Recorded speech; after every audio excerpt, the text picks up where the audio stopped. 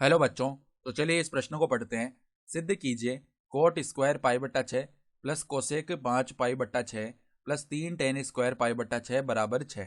तो यहाँ पर देखो हमें सिद्ध करके दिखाना है कि जो बायां पक्ष है वो दाएं पक्ष के बराबर आएगा। तो प्रश्न में आगे बढ़ने से पहले इस प्रश्न से संबंधित जो मुख्य अवधारणा है उसकी हम चर्चा कर लेते हैं। तो देखो मुख्य अवधारणा क्या हो जाएगी। हम जानते हैं कि कोट पाई बट्टा 6 इसका जो मान है वो क्या होता है। इसका मान हमारे पास में वर्गमूल 3 के बराबर आता है।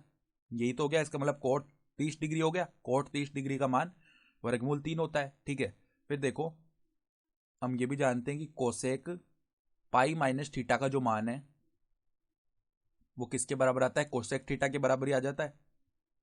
ठीक है, फिर देखो टेन पाई बट्टा 6 का जो मान है अर्थात टेन 30 डिग्री का मान क्या होता है, 1 में वर्गमूल 3।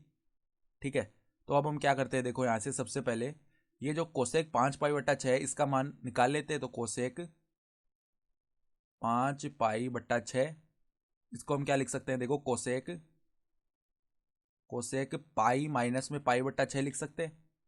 तो कोसेक पाई माइनस थीटा का मान कोसेक थीटा ही हो जाता है। तो ये बन गया कोसेक पाई बट्टा 6 अर्थात तो इसका मतलब क्या हो गया, कोसेक 30 डिग्री हो गया। अब कोसेक 30 डिग्री का मान जो है वो 2 होता है, तो यहाँ पर इसका मान 2 आ चुका है। ठीक है, तो बायां पक्ष लेते हैं और उसको थोड़ा सा हम सरल कर लेते हैं। तो बायां पक्ष बराबर में देखो कोट स्क्वायर पाई बट्टा 6,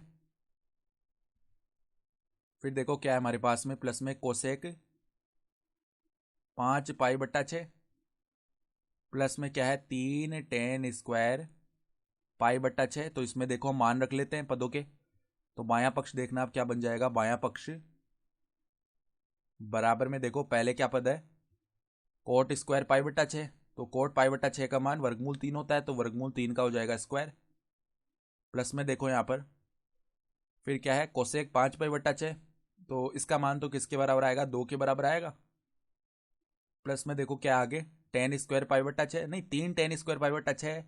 तो 3 गुणा में देखो 3 गुणा में 1 वर्गमूल 3 का हो गया स्क्वायर। तो देखो यहाँ से ये तो क्या बन जाएगा, यहाँ पर 3 बन जाएगा, प्लस में है 2।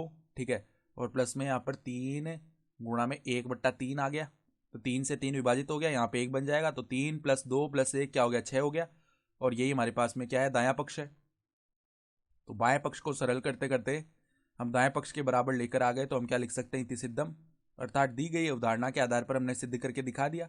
तो आशा करता हूं कि आपको ये प्रश्न समझ में आया होगा। धन्यवाद।